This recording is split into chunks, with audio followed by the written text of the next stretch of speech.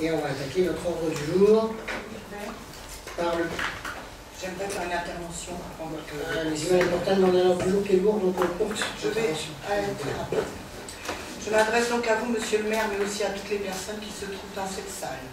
Lundi, j'ai envoyé un mail à monsieur le maire pour lui signaler que je n'avais pas reçu la convocation des documents explicatifs liés au présent conseil municipal.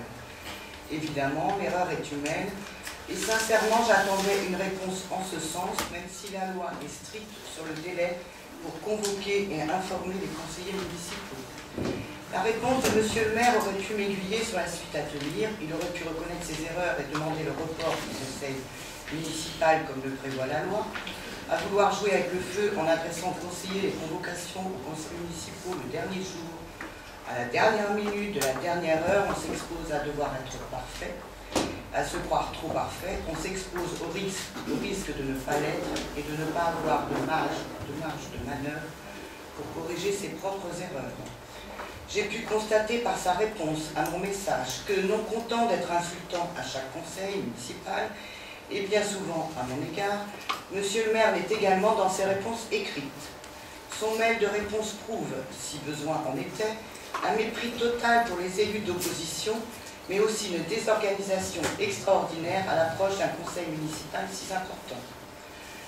Sa réponse a tenu en une phrase, simple et directe, sans aucune formule de politesse ni mea culpa face à cette situation. Je vous reporte son mail en intégralité, je cite, « Ça a été envoyé à son ancienne adresse, rue des Vanneaux, c'est celle de Moine. » Point. 15 mots, simplement, véhiculant le mépris total dont le maire fait preuve face au respect des personnes, des élus et des institutions. Je rappelle à monsieur le maire que je peux faire envoyer ce type de document où bon me semble. J'ai depuis longtemps pour ma part fait l'ensemble des démarches nécessaires pour informer les services de l'adresse où je souhaitais recevoir les correspondances relatives à mes fonctions d'élu.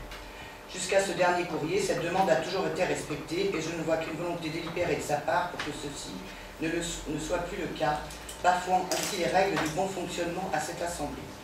Je suis inquiète de cette dérive oligarchique et de l'irrespect total dont le maire fait preuve lors de chaque conseil, aussi bien envers les conseillers de l'opposition qu'envers le public.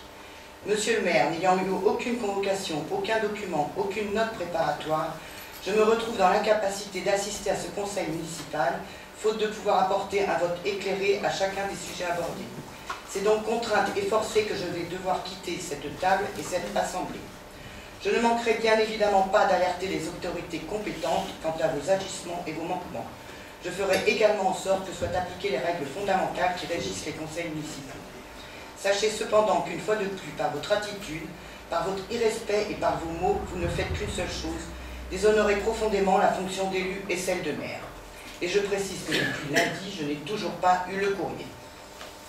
Voilà. Merci Alain pour votre intervention. Et on va pouvoir passer à l'ordre du jour. Il y a un défaut dans les convocations. Le point numéro 1. Il ne va rien se passer, il n'y a pas eu de défaut dans les convocations, ça a été envoyé, madame la partie. Non, Voilà la preuve. c'est votre mail, monsieur le maire. Continuez pas à mentir, enfin. Vous n'avez pas entendu ce qu'elle vous a dit.